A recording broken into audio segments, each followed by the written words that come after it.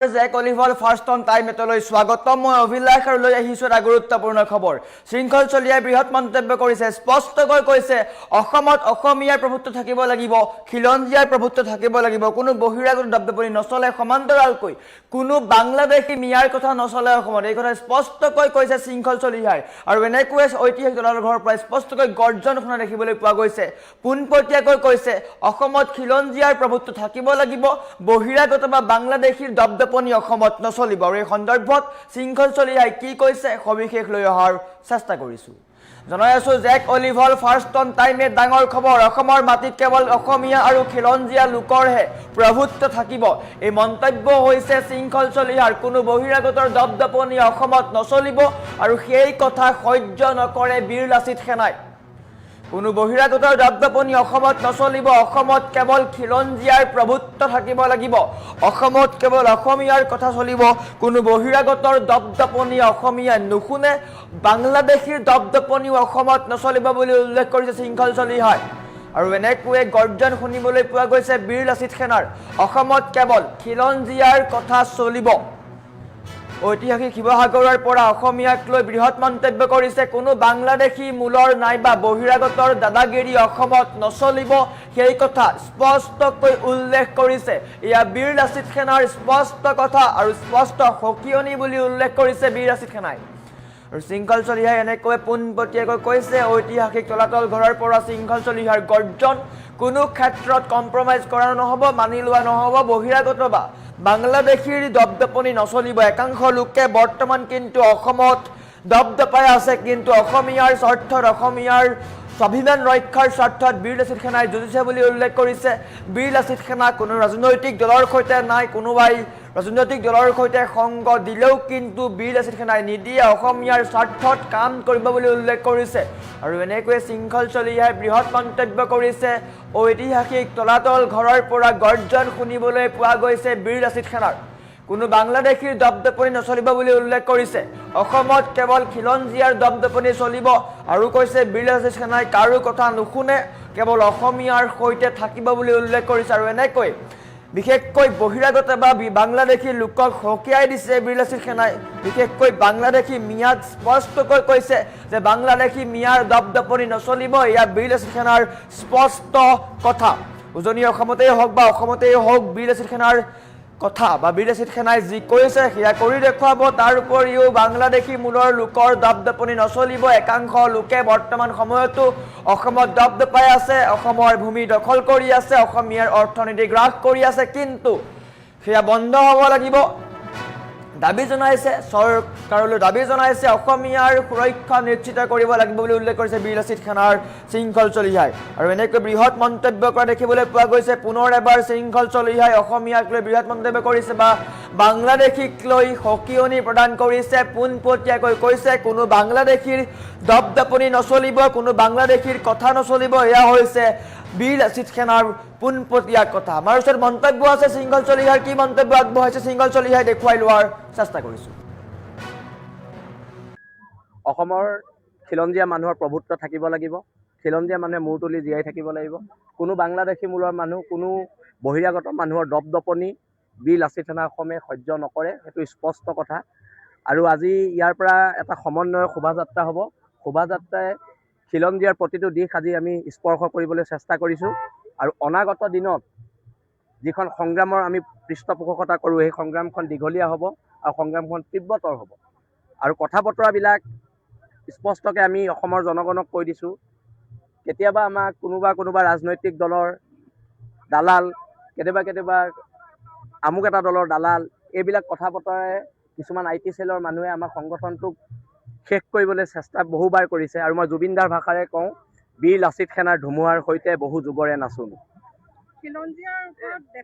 এইটো চাবলৈ গ'লে আজি ইয়াণ্ডাবু চুক্তিখন শেষ হ'ল আজি 200 বছৰ হ'ল যেতিয়া চুক্তিখন শেষ হ'ল ইয়াৰ ওপৰত এতিয়া কথা বতৰাবিলাক ভাৰত চৰকাৰে পাতিব লাগিছিলে অসম চৰকাৰে পাতিব লাগিছিলে আজি আমাৰ যিখন আলোচনা চক্ৰ হ'ব তাত আমি এখন ডছিয়াৰ প্ৰস্তুত কৰিম আৰু সেই ডছিয়াৰখন আমি ভাৰত চৰকাৰলৈ পঠিয়াম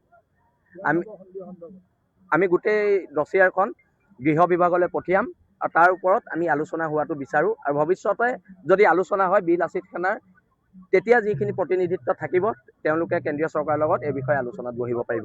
তাৰ কথাটো হৈছে কি সহজ নহয় কাৰণেতো আমি যুঁজিছোঁ আৰু আশা ৰাখিছোঁ যুঁজখন দীঘলীয়া হ'ব।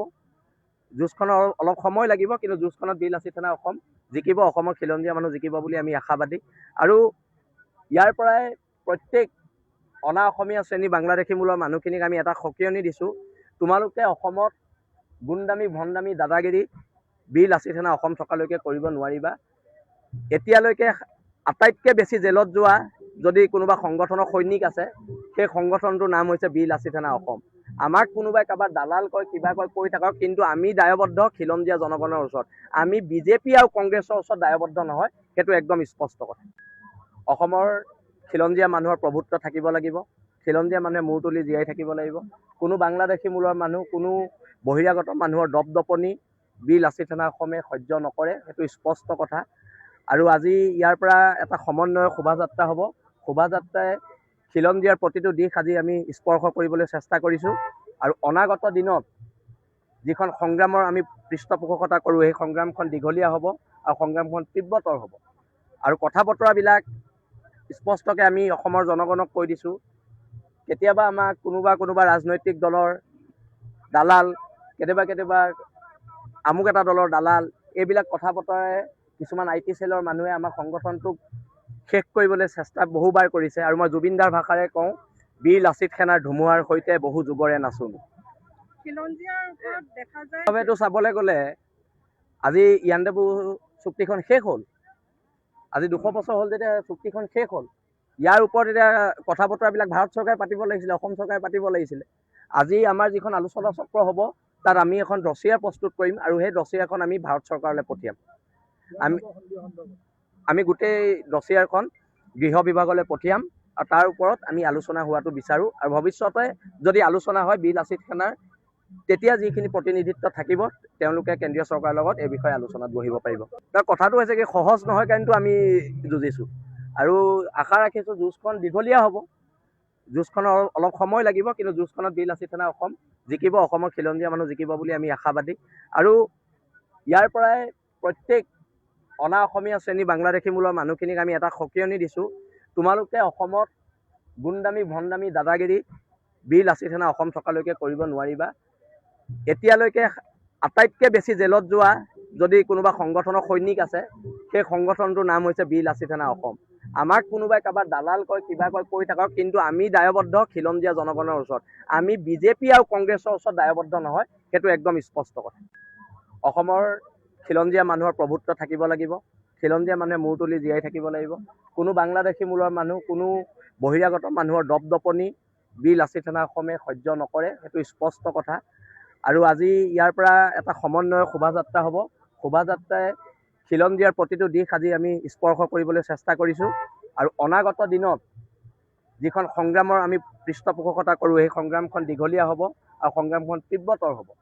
আৰু কথা বতৰাবিলাক স্পষ্টকৈ আমি অসমৰ জনগণক কৈ দিছোঁ, কেতিয়াবা আমাক কোনোবা ৰাজনৈতিক দলৰ দালাল, কেতিয়াবা আমুক এটা দলৰ দালাল, এইবিলাক কথা বতৰাই কিছুমান IT চেলৰ মানুহে আমাৰ সংগঠনটোক শেষ কৰিবলৈ চেষ্টা বহুবাৰ কৰিছে। আৰু মই জুবিনদাৰ ভাষাৰে কওঁ, বীৰ লাচিত সেনাৰ ধুমুহাৰ সৈতে বহু যুগৰে নাচোন। এইটো চাবলৈ গ'লে আজি ইয়াণ্ডাবু চুক্তিখন শেষ হ'ল, আজি 200 বছৰ হ'ল যেতিয়া চুক্তিখন শেষ হ'ল। ইয়াৰ ওপৰত এতিয়া কথা বতৰাবিলাক ভাৰত চৰকাৰে পাতিব লাগিছিলে, অসম চৰকাৰে পাতিব লাগিছিলে। আজি আমাৰ যিখন আলোচনা চক্ৰ হ'ব, তাত আমি এখন ডছিয়া প্ৰস্তুত কৰিম আৰু সেই ডছিয়াখন আমি ভাৰত চৰকাৰলৈ পঠিয়াম। আমি গোটেই ডছিয়াখন গৃহ বিভাগলৈ পঠিয়াম আৰু তাৰ ওপৰত আমি আলোচনা হোৱাটো বিচাৰোঁ। আৰু ভৱিষ্যতে যদি আলোচনা হয় বীৰ লাচিত সেনাৰ, তেতিয়া যিখিনি প্ৰতিনিধিত্ব থাকিব তেওঁলোকে কেন্দ্ৰীয় চৰকাৰৰ লগত এই বিষয়ে আলোচনাত বহিব পাৰিব। তাৰ কথাটো হৈছে কি সহজ নহয় কাৰণেতো আমি যুঁজিছোঁ আৰু আশা ৰাখিছোঁ যুঁজখন দীঘলীয়া হ'ব। যুঁজখনৰ অলপ সময় লাগিব, কিন্তু যুঁজখনত বীৰ লাচিত সেনা অসম জিকিব, অসমৰ খিলঞ্জীয়া মানুহ জিকিব বুলি আমি আশাবাদী। আৰু ইয়াৰ পৰাই প্ৰত্যেক অনা অসমীয়া শ্ৰেণী বাংলাদেশী মূলৰ মানুহখিনিক আমি এটা সকিয়নি দিছোঁ, তোমালোকে অসমত গুণ্ডামী ভণ্ডামী দাদাগিৰি বীৰ লাচিত সেনা অসম থকালৈকে কৰিব নোৱাৰিবা। এতিয়ালৈকে আটাইতকৈ বেছি জেলত যোৱা যদি কোনোবা সংগঠনৰ সৈনিক আছে, সেই সংগঠনটোৰ নাম হৈছে বীৰ লাচিত সেনা অসম। আমাক কোনোবাই কাৰোবাৰ দালাল কয় কিবা কয় কৈ থাকক, কিন্তু আমি দায়বদ্ধ খিলঞ্জীয়া জনগণৰ ওচৰত। আমি